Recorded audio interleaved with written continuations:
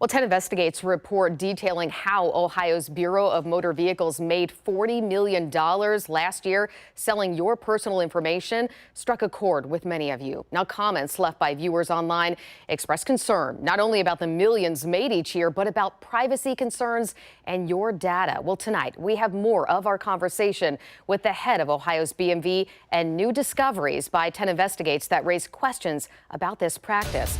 Here's Chief Investigative Reporter Bennett Haberly. A federal law known as the Driver's Privacy Protection Act, or DPPA, was designed to protect personal information. But the law has 14 exemptions that allow businesses to buy your info for things like court notices, insurance, auto safety recalls, and research, among other things.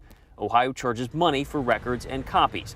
Last year, Ohio's BMV made $40 million selling personal information from driver and vehicle records, and $250 million over the past 10 years.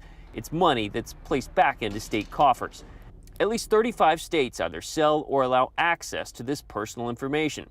Since 2019, 10 Investigates found news reports detailing at least 3 states where driver information was either compromised or exposed during a data breach.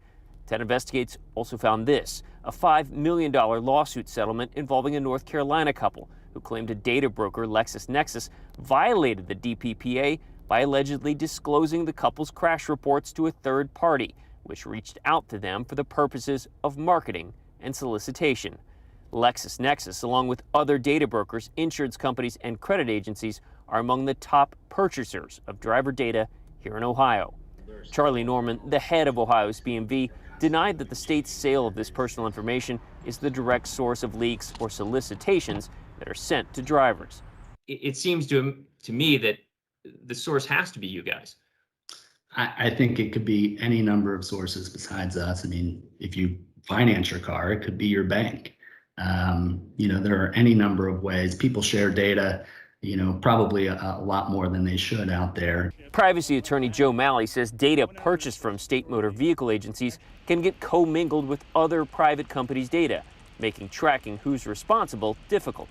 Most industries, once you mix these databases together with all this data, they can't even tell the source of it. And that's how they can claim that it's not from the DMV.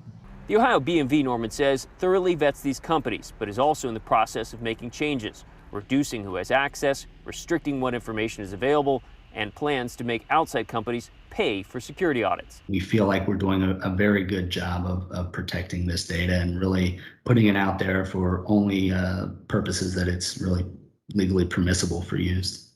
Yeah, but obviously you wouldn't be making changes if you didn't think there could be improvements.